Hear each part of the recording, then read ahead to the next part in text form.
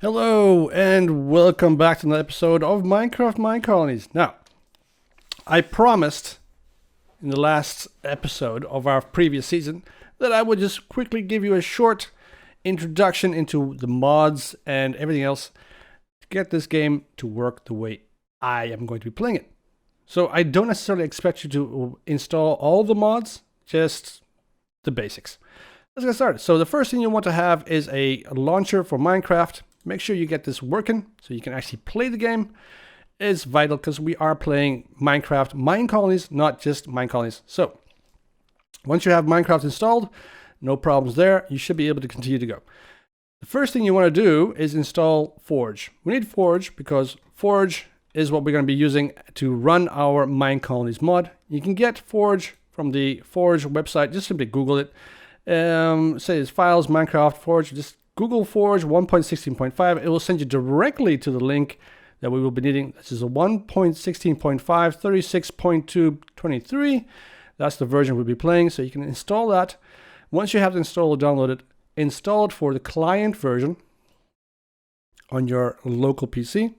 Once that installation is completed, you should be able to just restart your Minecraft launcher.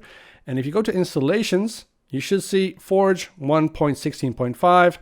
And you should be able to continue from there. I have 0.22 installed instead of 2.3, but it doesn't really matter. It's the matter that it'll just have this one of these two installed in your computer so that you can go. Once you have Forge installed, I suggest you go to CurseForge. It's a nice website where you can download all of these little mods that we need. Download the mods that are relevant. So I will give you a list of all the mods that we'll be playing with. That's down below in the video or in the comments down below. So if you want to have mods, you can get a whole bunch of mods for all different games, but we want to have mods for Minecraft. So select the Minecraft mods and you get the CurseForge to load up for all the mods for Minecraft. You want to look in this website for the necessary mods. Once you have the mods downloaded and you have them all installed or not installed, but downloaded into your downloads page, go to roaming on app data, or simply just type percent and then go app data. That will send you directly to roaming. And then you go to Minecraft, your Minecraft directory, and then you'll have a list of mods. So I already have a whole bunch of lists, a whole bunch of mods in my mod pack on my directory for Minecraft. So that's just ignore that. We want to go for the mods. If you have a mods directory, this is when you want to move all your mods to. This is the list of mods that we'll be playing with. Once again, this list will be down below, available for you, and you can simply just find all these mods in the CurseForge webpage, install them, download them, move them to this page, this directory, and then you should be good to go. Now, it's a quick heads up. The only thing that we actually need is Minecolonies. Everything else is optional. Well, technically speaking, structurize and Minecolonies, both of those are necessary.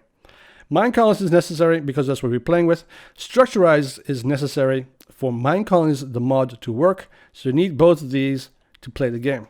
Everything else is optional. From here to Better Caves and OptiFine, it's just an option. You don't need it. You don't need per se to have it to play the mod. I suggest, this is just a suggestion, that you get OptiFine installed because it just simply does make your game smoother and run better. Everything else, yeah, just for fun. So we'll be playing with a couple of things that I've gotten as suggestions. A big brain as a suggestion, that is going to give our mods a little bit more brain power so they can actually be a little bit more difficult to hunt or to kill. Ice and Fire is a mod that adds dragons to the game. Now this is going to add a little bit layer of complexity and of course a layer of difficulty to the game, especially when it comes to raids.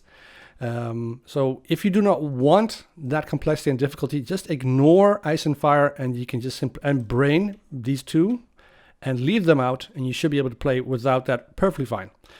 Everything else is just to make the world a little bit better looking mostly. So the Better Nether Forged, Better Nether is to add more material, more blocks to the Nether. Same goes for better dungeons, better strongholds, better portals, and better mineshafts, better forge, better end, sorry, and better caves. They give you a nice little added picture, so everything looks a bit more fantasy-like. So if you don't want that, those extra drain on your CPU or on your processing power, just ignore those. It's just for prettiness. You don't necessarily need them. Everything else is going to be adding a little bit more difficulty to the game. So Pam's harvest, Pam's trees, Pam's crops, and food core are necessary for the food that we've been making in the game. And Xaeros map and world map are just there so that we can actually navigate the world a bit better. Everything else is all these mods will be displayed down below, so you can actually go through them one by one at your leisure and download them and install them. All right, let's get started. Now, once you have all those mods installed, I suggest you go to the launcher, restart your launcher, make sure that you have the installations Forge 1.16.5 installed and ready to go. Click on it so that you can get this thing. This is the this modify screen for Forge. We need to go all the way down, just scroll down or just enlarge the screen so you can actually see this option. There's a drop down here called, well, Meer Instellingen, that's the Dutch version, but it says more options. Or yeah, so advanced options, whatever you want. And make sure that you change this side of the argument. Leave everything else alone. You don't want to touch this. This is all necessary, so don't touch that. The only thing you want to touch is this first line here, the -XMX8G. That is the amount of RAM that the game gets. I suggest you go to a minimum of 2 Gs for Minecolonies. That's the minimum. Recommended is 4. If you have more, just give it more. I have 32 gigabytes, so I gave it 8 gigabytes of RAM, so it's plenty. And make sure that it runs smooth. If you do not give the game 2 gigabytes of RAM, you will most likely have problems running the mod. It does suck up a lot from your system. So just as an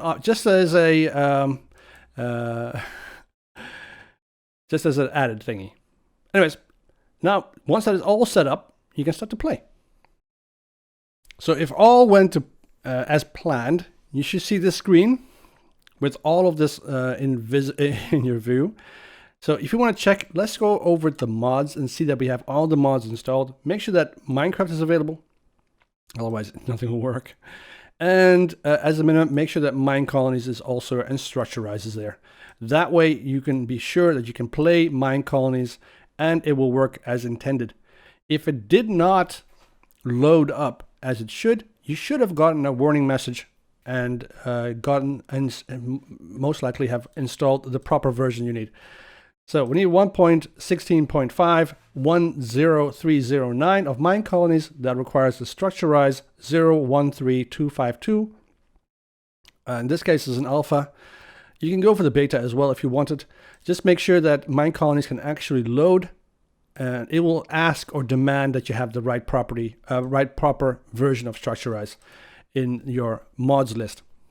Once you have that installed, you can go and start up the game. So let's go and get that done. Now, once you are loading your first map or first world, modded world, you will get this this warning message. If you've done this before, you'll probably know this already. Basically, it says that the Minecraft doesn't guarantee that it will work. So anything can go wrong. Here be dragons. So then you get these options. I know what I'm doing, so you can just basically skip it and go to hell with whatever consequences, and just click this button and try and make sure that and load the map. And whatever goes wrong, it will go wrong. You can you can create a backup and then load the map. I would suggest you use the create backup and load. That way you don't lose anything or lose your world if it crashes and burns. Or you can cancel and go back to a normal vanilla version of Minecraft and then load it up. We're going to go for the create backup and load. So click that one. This will copy your world, create a little small little backup, nothing really major, a couple MBs, and then load your world for you. It can take a little while, depending on how big the world is. For us, it's going to be 53 MB. Just ignore the double N. I created this world when I was tired in the middle of the night. So The double N, yeah, that was a bit of a mistake. I didn't even notice I typed it with double N until I actually saved the word, and I worked a couple hours in it, so I'm stuck with it. No worries, I will... Maybe I'll Photoshop it out. Right. If you have all of the mods in the mod list loaded up, this is what the Nether should look like. Now this is the Better Nether mod. And it gives you this kind of dense foliage and everything else. This is what we get, and this is where where the story starts. We will not start. This is quite important. We will not start our game or our playthrough in the Nether. This is just where the story starts. This is part of the storyline for the new season. That'll be telling. It's important for no other reason than just simply give a bit of a background to the main characters in the game. So, anyways, this is what the Nether looks like in the Better Nether mod. It's pretty, but you do not need this if you do not want it. You can just live with if you can live with the vanilla version of Minecraft, then just skip the Better Nether mods and the better portals and the better strongholds. And just load up the vanilla version. It's perfectly fine. You can still play along with the series, and just you won't get this heavy visuals. Instead, you'll get a normal vanilla version of the game. So this is the Nether. This is where the story in the new season will start. I'm still working on the city that we'll be building here. That I am building here in the Nether as a start of the game. Sorry, the storyline.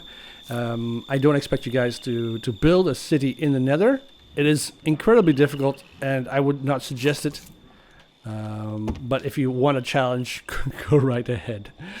We will be building for this playthrough a city down here in the Nether, a couple of cities in the overworld, a couple of villages, of course, as well, and a city in the end.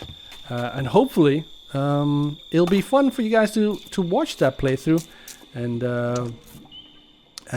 stick with me to the end, like last time. Anyways, that's it for this little short introduction. I hope I see you guys in the first episode of the new season, coming soon. Just a couple more days, maybe a week. I have a lot of work to do still, and then we will start. So please be patient. Anyways, have a nice evening, and I will see you soon. Bye-bye.